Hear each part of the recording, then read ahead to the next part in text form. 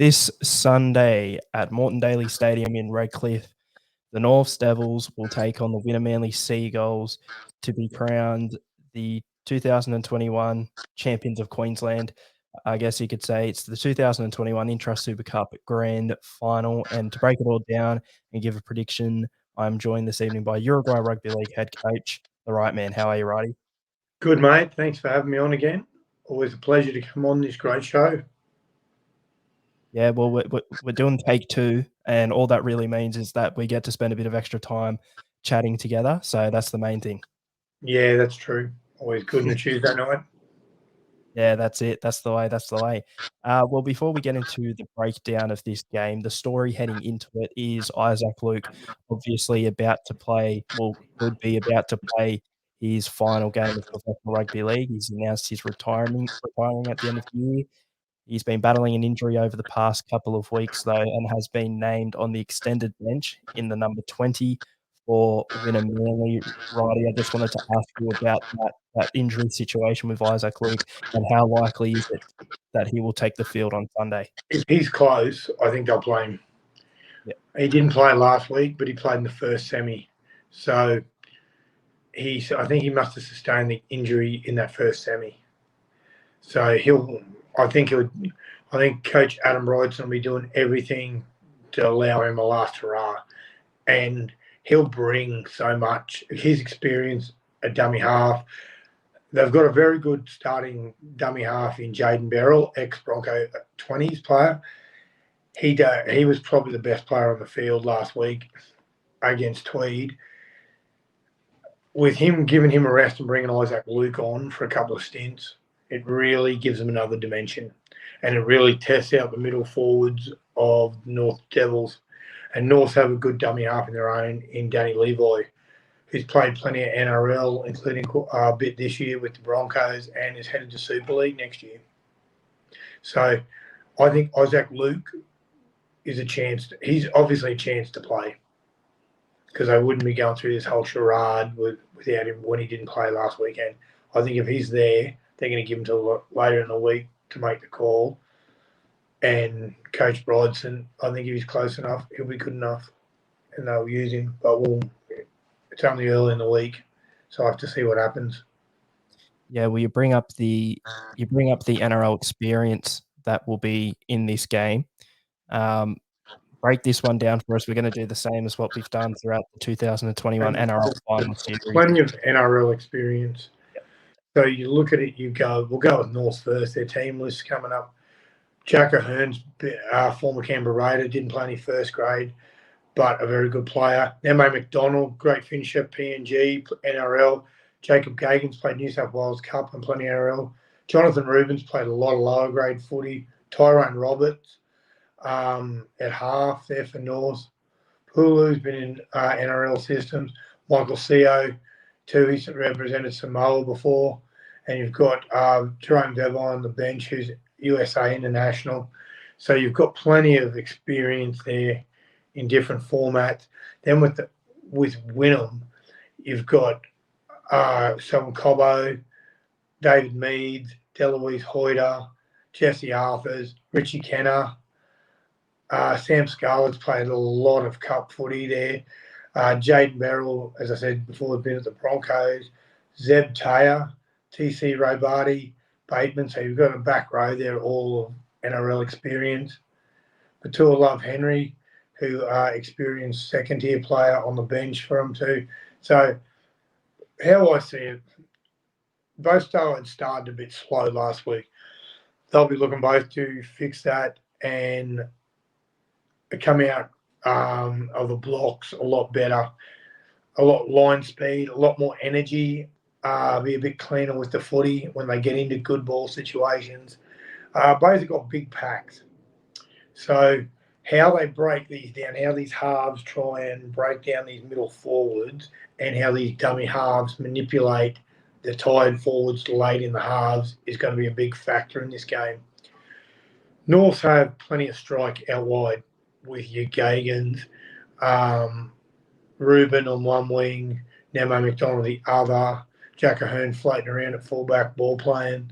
So, and then you've got equally amount of strike with Cobbo, Meads, Hoyter, Jesse Arthurs, Richie Kenner, Jack Campanolo, the 5'8" for Wynnum, killing it. So is Sam Scarlett. I've got a tough middle forwards in Rockley, Beryl, and Elliott. And as I said, Teo, Robati, Bateman, all NRL experienced back row. So it could come down to someone off the bench making a big play. There's going to be a softening up period. Norths tend to use the ball a bit earlier than Wynnum do. So look for Norths maybe shift the ball a little bit when they're coming out of trouble at times, or as they get to halfway, they'll get to a point in the field where they'll start playing a lot more expansive, especially, as I said, with all that pace they've got out wide. Connor Broadhurst is playing 5'8". He's won competitions as a centre before with Burleigh, played 20s at Parramatta as well. So they play a little bit more expansive than Wynnum do. Wynnum will play power game through the middle. Then they'll set up Deloise Hoyt as their strike weapon with Cobbo in the backs there. So they'll be looking to set up on that right side to put Hoyter in some space, or get him one-on-ones with his man, or get him to an outside shoulder of his defender. They'll look to be tested. So that should be a good battle in the centres there. Where I see it, your pack has to match the other pack, if not get on top, to give your key players, like most finals, to give your playmakers time to take advantage of that and dominate field position. As we saw in the NRL grand final, the set starts. The back three starting it. Penrith's back three made a lot more metres than the Rabbitohs back three did. That enabled the forward to get in a roll and allowed Cleary to kick from a lot better field position. So to nullify this, you've got to bring a lot of kick pressure. If I was North, I would imagine they'd be kicking to Cobbo on the full a lot. They'll probably be trying to test out the wingers a little bit more. Lesser of two evils, but Cobbo has shown how dangerous he is. So he'll be on there. When they're done the video work this week, obviously Cobbo's name, Cobbo and Deloise Hoyter, are gonna be prominent on the tip sheet. And when Wynnum watching North and working out their tip sheet, they would be thinking to, like, those early shifts where they'll get to their speed men, try and catch a compressed defence with a two-pass shift coming out. They'll be trying to be aware of that. Probably play a bit like outside in defence to try and cut that off if that's happening. Both packs will be trying to assert their dominant early, and you generate that quick play the ball. These crafty dummy halves will jump out and they'll gobble up some easy metres. You've got big bodies at North, some coming out of the backfield, like, as I said, Neme McDonald and John O'Rubin, Gagai, Gregorius, and the other centre too. So they've got some decent-sized boys coming out. So they want to be getting on the front foot to back end the forwards' energy. How do I see this happening? I'm just favouring North. I don't know why, because I can't split them. It's such an even battle. If someone could come off the bench, so you're going to need some impact from both benches to try and turn the momentum. I've got a feeling a big play from one of these bench players is really going to shift the momentum of a game. Both sides are going to be tearing in early to correct all slow starts, as I said before, but I couldn't split them. I'm just flipping a coin there, but I'm going to go North. I just think they're due. They've got a quality coach. Nothing against Adam Wright. He's doing a great job with Wynnum. They were in the GF 2 years ago, the last full season. So this is 2019. That was. They lost to Burleigh. Someone's time is coming. Who will that be? No, Sunday afternoon. So make sure everyone tunes in on KO or on Channel 9, because you'll be missing your footy already. It's only been a week, but we've got another week. Also got a couple of big games in the English Super League and in the Championship with Catalans playing St Helens and the championship is Featherstone Rovers playing against Toulouse. So this is your last weekend to watch some rugby league. So make the most of it. Take the opportunities. Even if you're watching them on replay the next day, my advice is jump in. There should be some quality games. So you've got 3 grand finals in the space of 24 hours if you're a big footy fan. So North for me, just. North's just. Well, I'm going to go with Wynnum Manly just. You're obviously a lot bigger of an Intrust Super Cup supporter than myself. You watch a lot more of it than me, but through work, doing the previews for the Intrust Super Cup games for the majority of this year, I know how tight the battle has been between these two sides. Wynnum went undefeated for, I think it was about the first 10 weeks or so of the season, and then North lost 2 games all year.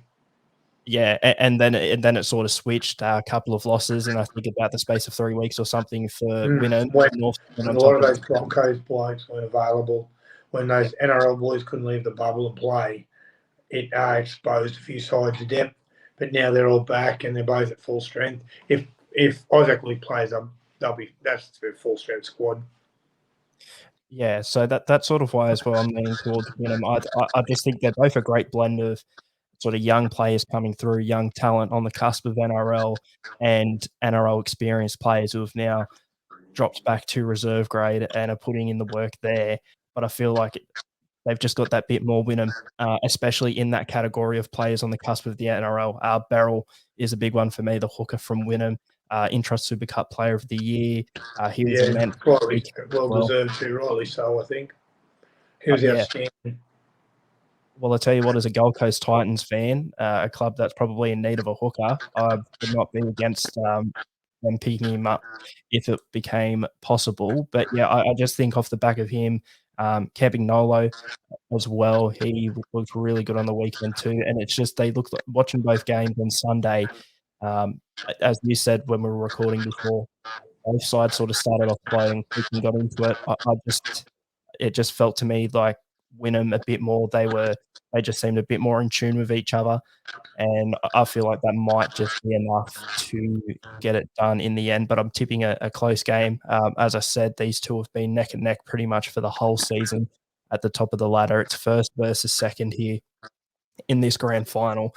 So I guess it's fitting that we're tipping both teams. You're going with Norths. I'm going with Wynnum. Will you be going to the game on Sunday? Yeah, I'm hoping to. Hoping to go out there. Wynnum are also in the under-21s, which will be the warm-up game, so they'll have a cast of thousands there. There'll be people travelling, making the trek from one bay area in Brisbane to the other bay area. So a travelling chook pen, if you will.